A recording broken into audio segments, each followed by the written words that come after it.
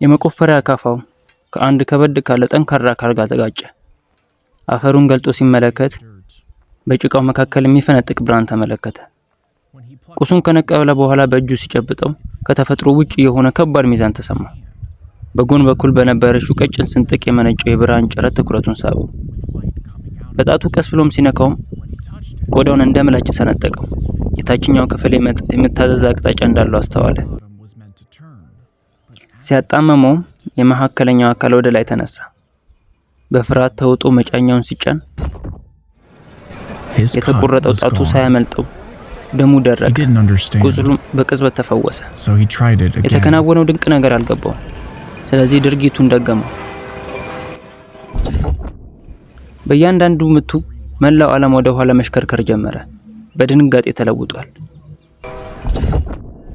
He started to panic.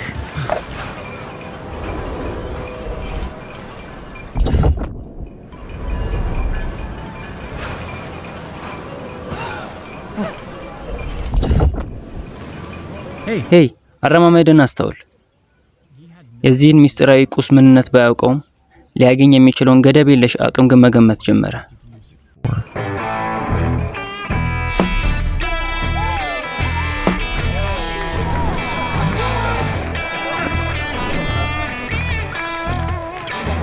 ከዛች ቅጽበት አንስቶ የዓለም የበላይ እንደሆነ ተሰማው። ነገር ግን ከሱ በኩል ያለው እውነታ ሙሉ በሙሉ ተቀየረ።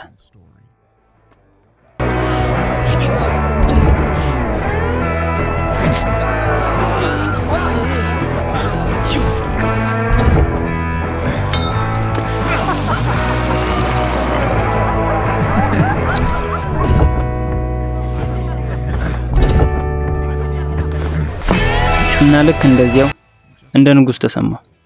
አሁን ደግሞ የበለጠ ፍላጎት አደረበት። በመጠጥ ቤት ውስጥ አንዲት ማራኪ ሴት ተመልክቶ ድሉን ለመሞከር ወሰነ።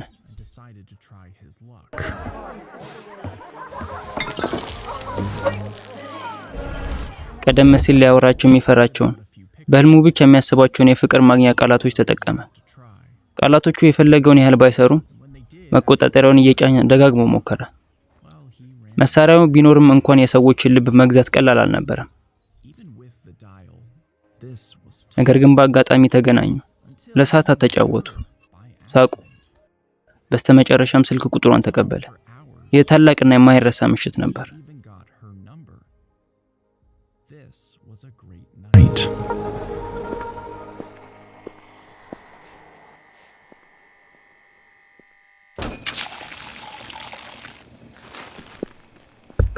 $9.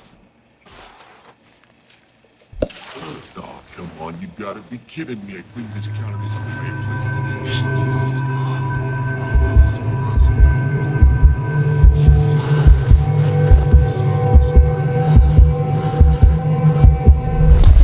Hey, come back here.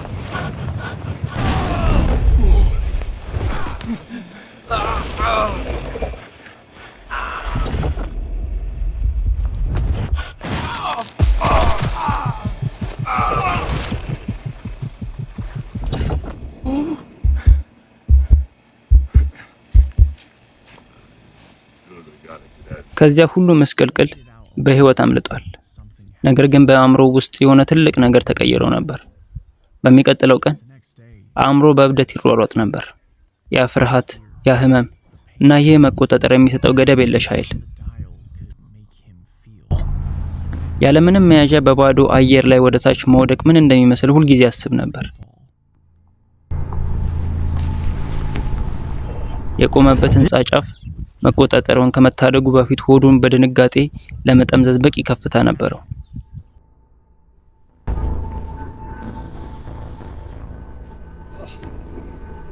መቆጣጠሪያውን አጣመመው። በእጁ አጣብቆ ጨበጠው። እናም ወደ ባዶ አየር ዘለለ።